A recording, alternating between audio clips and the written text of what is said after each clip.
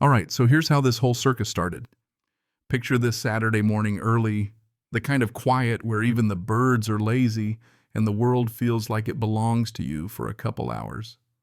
I got my coffee, riding shotgun in an old dented thermos, some country song mumbling through the static, and I'm just cruising down Route 41, head half full of a to-do list, half empty of anything that actually matters. You know, the drill pick up some generator parts, maybe a box of .308 for deer season, probably wind up buying a wrench I don't need, just so the guy at the hardware store has something to talk about. Where I live, about 12 miles past where cell service ends and common sense is just a rumor. Saturdays are sacred. You get your errands done early, wave at the same 3 trucks you've seen since before Facebook, and try to make it home before the wind turns the whole road into a dust tornado. I left my place in good hands, though. 3 buddies from the old days staying over for the weekend, guys I trust, guys who'd carried more sand and grit in their boots than most people see in a lifetime. Cole's upstairs probably playing with his GoPro like he's Spielberg. Mason is doing his weird zen and the art of rifle cleaning thing at the kitchen table, and Ray's got the patience of a rock and the poker face to match, just sipping coffee, watching the world slide by. Then, bam! My phone lights up, not with a text, not a call, but a perimeter alert, front gate breech lock disengaged. I swear the temperature in my truck dropped 20 degrees. I pull up the camera feed, nothing but static at first. Then this grainy shot from the side camera. 3 figures just waltzing through my snapped padlock like they're headed for a picnic. 2 guys in khakis, 1 lady in a polo with Silver Ridge Community Alliance stitched over the heart. And I know that logo. I know that woman. Vanessa Pike, HOA president with the kind of smile you only learn from years of pretending to care at fundraisers. My jaw locks up tight. I spin that truck around so fast I'm pretty sure the gravel's still settling back there. Here's the kicker, I'm not part of Silver Ridge. Never have been. My land's been there longer than their HOA vision statements notarized and county registered, surveyed twice just for fun. They once tried to fine me for aesthetic non-compliance because my mailbox wasn't beige. I mailed them back a copy of my deed and a friendly suggestion to mind their own fence lines. I guess Vanessa never let that one go. I radio the house on our private channel. Cole's voice is way too calm. We got company? How many, I ask? 3. Polo squad, Queen Bee included. You armed? He doesn't even bother answering Mason's voice in the background. Always. I tell him don't engage unless they cross the threshold. Call the sheriff. Keep the cameras rolling. By the time I'm within a mile of my driveway, it's already a scene. Vanessa marches up to the porch, tablet in hand, loud enough for the cameras. We are conducting an emergency compliance inspection under Section 8.3 of the Silver Ridge Charter. On property she has 0 jurisdiction over. Cole locks the front door. Mason covers the back. Ray, still just sipping his coffee, watching the drama. Vanessa doesn't knock. She rattles the back door. Mason cracks it just enough. She freezes. He's 6'4", built like a barn, holding a rifle, relaxed but real obvious. Ma'am, he says, cool as anything, this is private property. You cut a lock to get here. Step back. One of her sidekicks starts shouting about weapons and assault. Upstairs, Cole yells out, sheriff's already on the way. Guess what I told him? Trespass. Forced entry. Vanessa's mask slips just a little. We have authority, she hisses, complaints about hazardous materials, unapproved fortifications. Ray, still zen, steps up. You don't have authority here. Not legally, not morally, not geographically.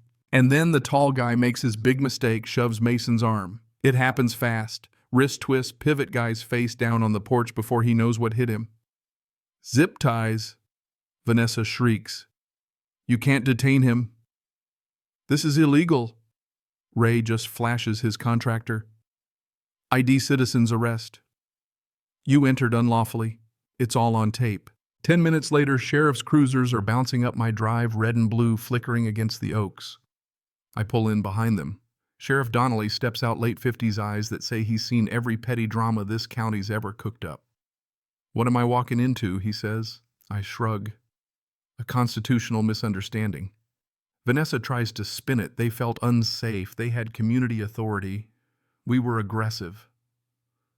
Donnelly listens, waits, then asks, "Did you have a warrant? Did you have permission?" Silence both times. Dispatch confirms my parcel's never been under Silver Ridge HOA. Vanessa's shoulders drop. I can see in her eyes this isn't over. People like her don't back down.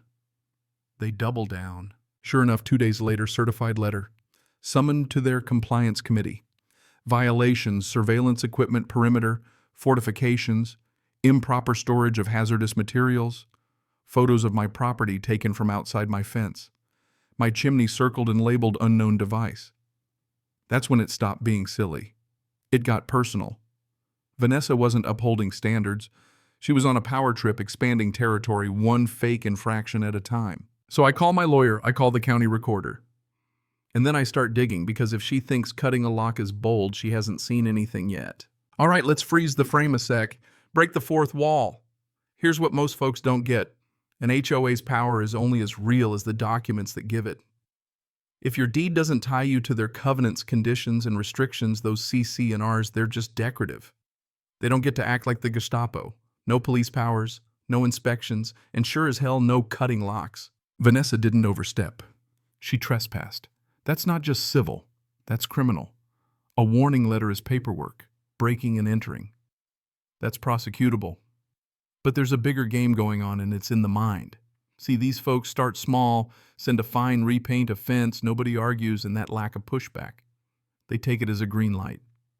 Suddenly the line between what's legal and what I can get away with gets blurry.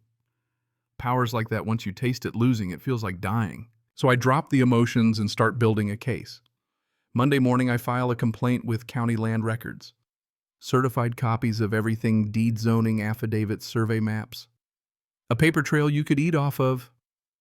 I asked for an investigation into unlawful entry and harassment. But something about Vanessa's playbook doesn't sit right. She was too prepared: photos, talking points, printed packets with timestamps from weeks back. This wasn't her first rodeo. I start making calls. Walter up the ridge says he got similar letters last year. Threats of liens, fines, nailed to a tree, no signatures, just deadlines. Claire, another neighbor, says Vanessa came with 2 board members, implied that not joining the HOA would make future infrastructure complicated. That's intimidation, pure and simple. Then comes the twist. One of the complaints filed against me, supposedly the trigger for the emergency inspection, was signed by a neighbor who'd been dead for 3 years. I checked with her niece. Funeral records, obituary, the works. That's when I stopped playing defense.